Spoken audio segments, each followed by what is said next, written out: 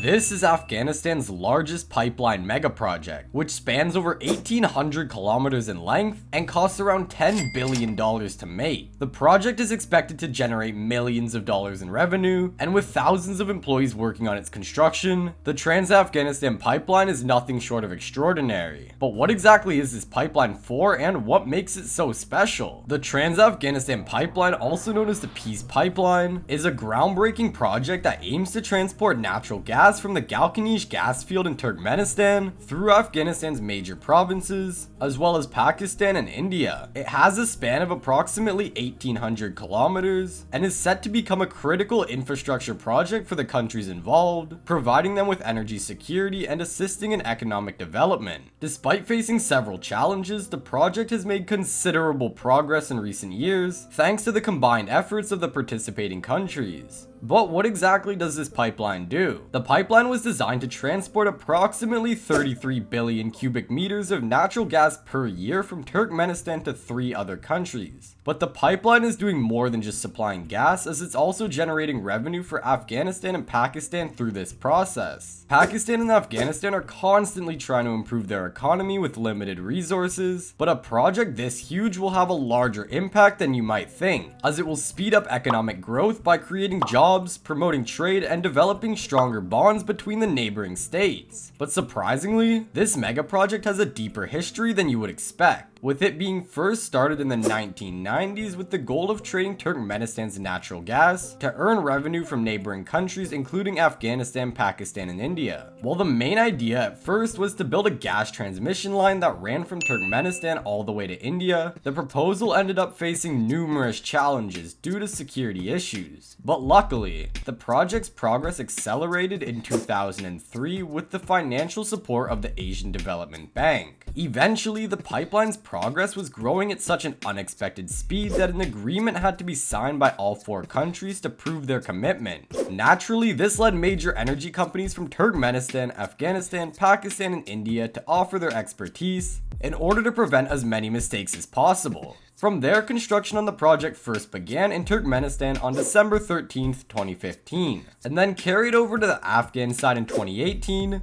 while construction in Pakistan began in late 2019. According to the initial plan, the project was divided into 2 key phases. Phase 1 focused on the construction of the pipeline sections in both Afghanistan and Pakistan. The goal of the first phase was to be able to move 11 billion cubic meters of water per year. The objective of this phase was to establish a solid infrastructure that would allow for easy transportation of natural gas from Turkmenistan to Afghanistan and Pakistan. This included not only the construction of the pipeline, but the installation of necessary equipment and ensuring safety measures were in place. In order to minimize disruption to the local communities and environment, the pipeline was designed to avoid any interference. After the completion of the first phase, phase 2 of the pipeline involved the installation of 6 compressor stations along the Afghanistan and Pakistan sections of the pipeline. These stations were crucial for maintaining the pressure required for the gas transmission and ensuring that the gas continued to flow at an optimal rate, keeping things as efficient as possible. In order to make this possible, the transmission capacity was ramped to its maximum of 33 billion cubic meters per year. But after all plans were implemented, the cost of the pipeline went far beyond the management's expectations, as the project is now estimated to cost around $10 billion. About 2.4 billion more than the first estimate of $7.6 billion.